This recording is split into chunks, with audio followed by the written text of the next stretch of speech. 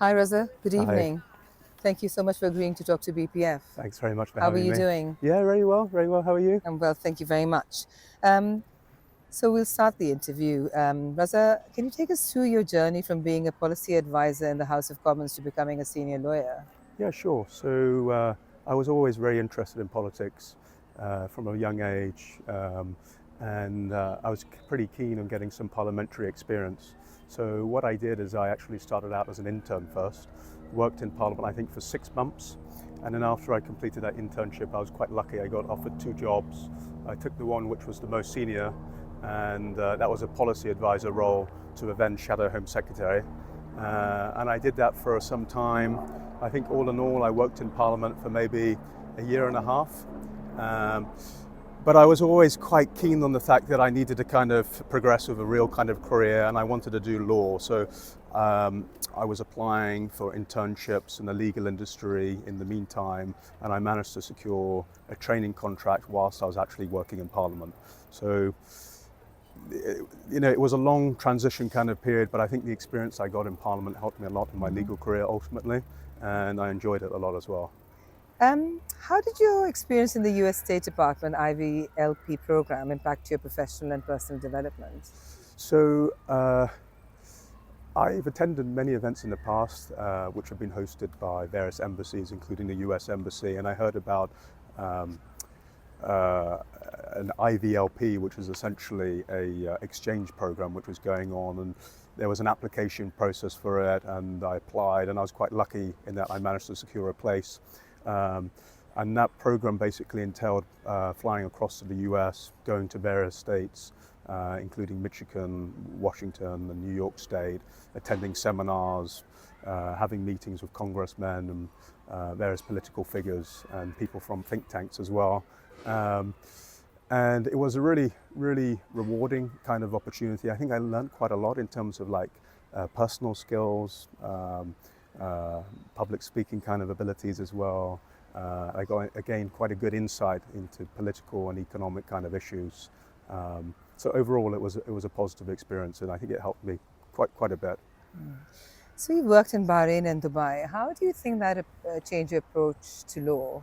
Okay, yeah. So I used to work with an international law firm, a really big one, and they've got various offices in the world. And they offered me the opportunity to kind of go abroad. And so I took up a placement in Bahrain, and then the following year I took up another placement in the UAE, and I was predominantly based in Dubai and Abu Dhabi. Um, I think I learned a lot from those experiences. Um, the legal industry in some of those jurisdictions are still developing, and they're slightly different to the UK. There's a lot of personal relationships that you need to have with clients as well. Um, there's a lot of hand holding of clients, and I think it was a good experience. I learned a lot, and it also helped me kind of develop my relationships with various Middle Eastern clients. So all in all, it was great, and I brought back a lot of skills to London. And obviously, London is, you know, an international city, global city, one of the best cities in the world. And there's a lot of clients here from the Middle East, from Asia. So I was able to adopt those experiences and utilize them here as well. And what do you think were your biggest challenges that you faced working in the legal profession, and how did you overcome them? Uh, Biggest challenges in the legal profession. I think being a lawyer is it's quite a difficult kind of role to take on board. I think the key thing is you're always developing your know-how. So it's not just a case that you study law at university and do your LPC or your BBC if you're going to become a barrister, and then you stop with learning. You actually have to continue to learn. You've got to learn about developments in the industry. You've got to be a bit aware about what's happening in the commercial kind of arena as well. So I think one of the biggest challenges is just constantly pushing yourself to learn, to know more about legal developments. Obviously, there are sometimes quite tough kind of hours involved. You sometimes have pretty short time frames that you need to meet in order to complete transactions, and that sometimes means working in the evenings, working on weekends. But ultimately, you're working towards completing the transaction in a manner that the client essentially wants it to be done within. So it is rewarding when you're able to reach those goals as well.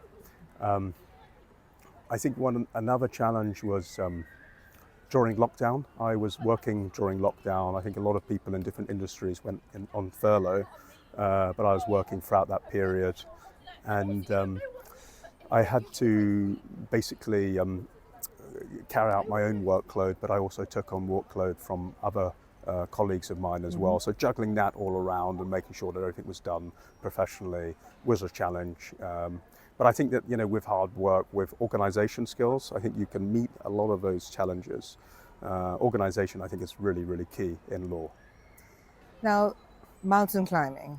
Yeah. You have an interest in mountain climbing, so we have to ask you, what has been your most memorable climb so far? Most memorable climb so far, to be honest, it's probably one that I did recently, which was climbing Mount Fuji in Japan, and I just completed that 2 or 3 weeks ago. And I guess the reason why that's so memorable for me is because A, geographically we're talking about the other side of the world. B, it was a solo trip, so I didn't have anybody else with me. And C, it was off season, so there was a lot of snow. The mountain was technically closed. So yeah, I've got a big interest in mountain climbing. It brings me to life. I really enjoy it. It's really rewarding, very therapeutic as well. Yeah, the most memorable mountain I've climbed to date is Mount Fuji. But hopefully in the future, I'll be able to add some more to that list as well. So tell us a bit about your preparation for these extreme expeditions, like those to K2 and Everest. Now these are big names. Yeah, so I think in terms of preparation, one thing that I do is obviously make sure that I'm physically kind of fit. So I carry out some endurance exercises. I think I normally do that for at least a couple of months before I go on one of the big trips. I also kind of prepare myself mentally as well. So when I went to K2 base camp, that was a 3-4 week expedition. And that basically entailed, camping, climbing, trekking at high altitudes. But essentially we were sleeping every day on a glacier. So the climate is very extreme. There are no roads, there are no cars, there's nothing around. You're in a totally isolated environment. So I think mentally you've got to be prepared to kind of endure those kind of things. And I find those experiences really fascinating. Maybe I'm strange, I don't know, but I find them really rewarding. You're in a remote, isolated environment, 100 million miles away from an urban city like London. So physical exercise and mental exercise and mental kind of preparation, I think they're the two key main things that you need to undertake before you go on an expedition. And I think the other thing I'd say is you always do research on safety precautions as well. When you climb or when you go on these expeditions, it's always important to know what to do if something goes wrong, because accidents can sometimes occur and sometimes the terrain is really serious. So you do your homework beforehand as well. So you've raised significant funds for various charities through your expeditions. What motivates you to combine your passion for climbing with charity work? I feel that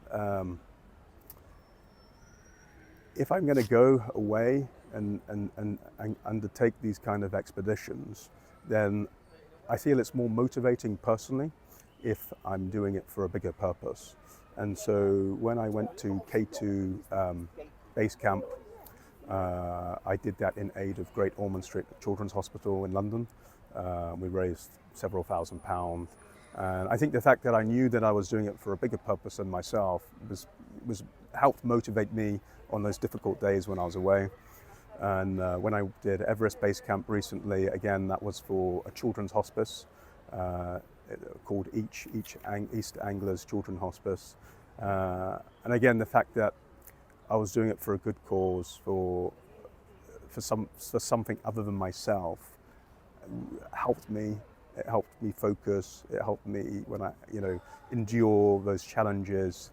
And also, I think that, look, we've been through some really difficult times in the last couple of years. We've had COVID, we've had lockdown. There's so many wars going on around the world. So many innocent people who are victims to conflicts. And so I think in this kind of environment, it's always good to try and think of others and to try and do something for society and to try and give back. And it doesn't matter what you might be giving back. It may be a nominal amount of money, or it may be a material amount of money, or it may not even be financial. It may just be raising awareness and creating some positive momentum out of that. But I think it's good as individuals for us to kind of think about giving back to society. You've now met various political figures, including ambassadors and government ministers. How have these interactions influenced your work and your perspectives? I think the main thing it's taught me is that it doesn't matter if somebody is an acting president or former president or acting prime minister or former prime minister or minister or ambassador. They're the same as us. We're all individuals. Because someone has a title or a grand office, it doesn't necessarily mean that they are above anybody. You know, everybody in society is the same. So I think meeting with a lot of these people from a young age basically taught me that we're all the same. It doesn't matter about your financial background, your ethnic background, or your political background, or your political strengths, or whether you have a title or not. We're all kind of the same. I've learned a lot, obviously, through my interactions with different political figures. I've been really lucky in that I've worked with some British political figures who've occupied some of the top positions in cabinet. I've worked with some figures who've been former heads of states as well. So some of them have acted as mentor figures to me. So I've seen how they've worked. I've seen their thought process. I've seen their strategies. I've seen their ideas. And so I guess indirectly, I've kind of taken a lot of that on board as well. But I think that you can learn from anybody, you know. You should always have an open mind. You should respect people and always learn knowledge. It may be from a colleague at work, it may be from a teacher, it may be from somebody who you don't particularly know very well, but a specialist in their field, but you can still learn from others. Now, your early experiences as a Conservative councillor, policy advisor, and working in the Parliament, how did that shape your career aspirations? So I was elected as a councillor when I was 21, I think, so I was pretty young. And then I worked in Parliament in my early 20s as well. I think it shaped my experiences in that I had the opportunity to kind of be sitting in an office in the mother of all parliaments, the British Parliament. I had the ability to brush shoulders with, the Prime Minister of the day. I had the ability to interact with really senior kind of people who are making really important policy decisions. So I guess those interactions strengthened my character. I learned a lot from them as well. But ultimately, like I said previously, I think the main thing that I learned was that even though these were very important, powerful figures who you saw on TV or you read about them in a newspaper, there's nothing about them that makes them more important than anybody else. Like it grounds you in a way as well, like having those experiences, because you realize you're quite lucky, you realize you have exposure, but you also realize that actually, look, this person occupies this position, but another day they might lose an election and they could be out of their political office, and then they could just be a normal individual working in private industry. So it humbles you and it makes you realize that things can change very quickly. Can you share a little more about your experience, like teaching in China? How did that experience influence your perspective in international cultures and languages? Yeah, sure. So when I was young, I was very lucky in that I went to an international school just outside of Cambridge, and a lot of my colleagues, were basically from China, they were from America, they were from various parts of the world. And when I was at university, I studied, my undergrad was in law, and I remember I think it's like 3 months off at university, and I thought to myself, what am I going to do? I want to try and do something a little bit different. So I applied to become an English teacher during my university vacations. And I did a couple of interviews and I got the role, and I basically went to a small city in China called Foshan, which is in Guangdong province, which is in the south of China. And it was a great experience. I was teaching children like from, relatively young ages up to A-level, the equivalent of A-level ages. Um, Going abroad, uh, interacting with people from a totally different society, um, I think is really valuable. I think traveling is probably one of the most important forms of education. You can read a lot in a book and you can get a lot of experience through having a practical job, but I think traveling around the world really opens your eyes and broadens your horizon. So I think when I was there, I obviously learned a little bit about teaching because I was doing it for a couple of months, but I also learned so much more about Chinese culture, about how small the world is, about how much we all have in common. People here in London, people in Pakistan, people in the Middle East, people in China, we all have common inspirations, happiness, joy, security, and so on. So I think it just reaffirmed the fact that there's a lot more that kind of brings us together than that divides us. And that's, I think, is an important message given the world, how it is today and how divisive it is. How do you balance your demanding career with your personal interests, like in mountain climbing, for example, traveling? Yeah, it's quite tough at times. So I often have to take my holidays when there's quiet periods in work. So, for example, when I went to Everest Base Camp, that was during the Christmas and New Year period. So essentially when the office was closed, and I completed a lot of transactions before the office closed. So I have to think, quite carefully. I have to plan in ahead as well. It's certainly a challenge, but the thing is like, I think that when I go away and I undertake some of these experiences, I come back refreshed and more energized as well. And I think it benefits me in so many ways. Like I was talking about the importance of traveling before, I think that applies to mountaineering as well, because it's a form of traveling.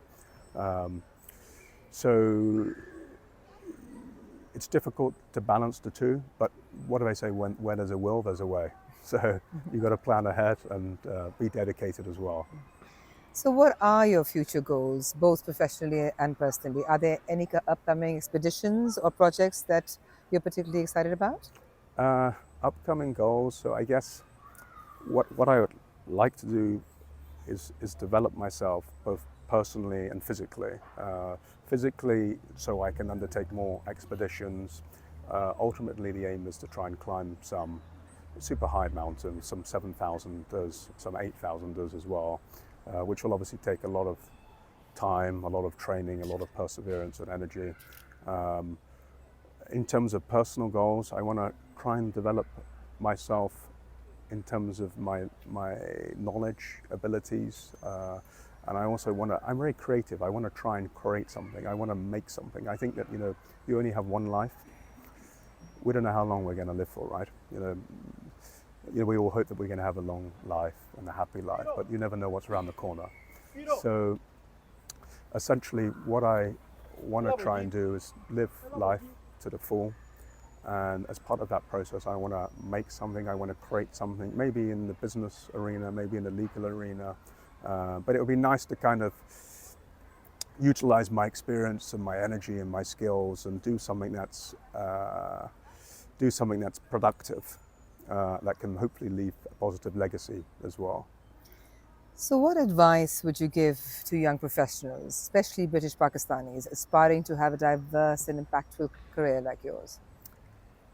Advice would be to try and gain practical experience from an early age. So obviously the academics are really important. It's very important that you do well in school, and depending on which area or which field you want to specialize in, academics are important. But apart from that, practical skills are really important. So when I was young, I worked with my father in his various businesses. I think I started working when I was 12, 13 years old. I used to go banking for my father when I was 13 years old on my own. So I think that you can never be too young to go out and do practical things. And that may mean getting work experience. It may mean helping a family member who's involved in business. But always remember that a lot of your success in life depends on academics, but as well as your personal skills and your personal skills are developed through real experiences.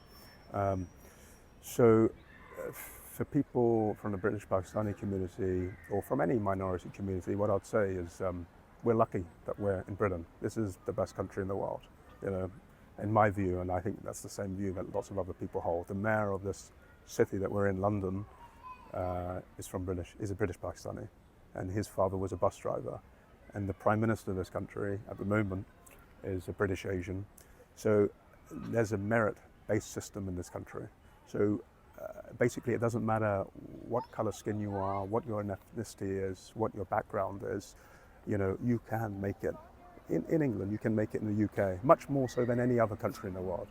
So what I'd say is, use that system to your advantage. You know, you're always going to have ups and downs. You're always going to have challenges. You're going to have setbacks. You're going to maybe carry out work experience with the intention of securing a job with that company, but that might not materialize. But don't let that get you down, because all of these things build up your character. All of the negative experiences help you in the long term. It might not feel like it at the time, but they do help you in the long term. So what I'd say to youngsters out there is never give up, always try, whatever, and be passionate about what you want to do. You know, even if somebody knocks you or somebody says, you know, someone doesn't particularly agree with the career path that you want to take or what have you, do what makes you feel happy, because ultimately if you're passionate about something, you will excel in it. If you're told to do something by somebody else, but you're not keen on it and it doesn't really click or resonate with you, then you are not likely to do as well in that area as if you were to do something that you are really keen on. So follow your instincts, be passionate about what you do, get experience, and take advantage of the fact that we're in this country. It's an amazing country.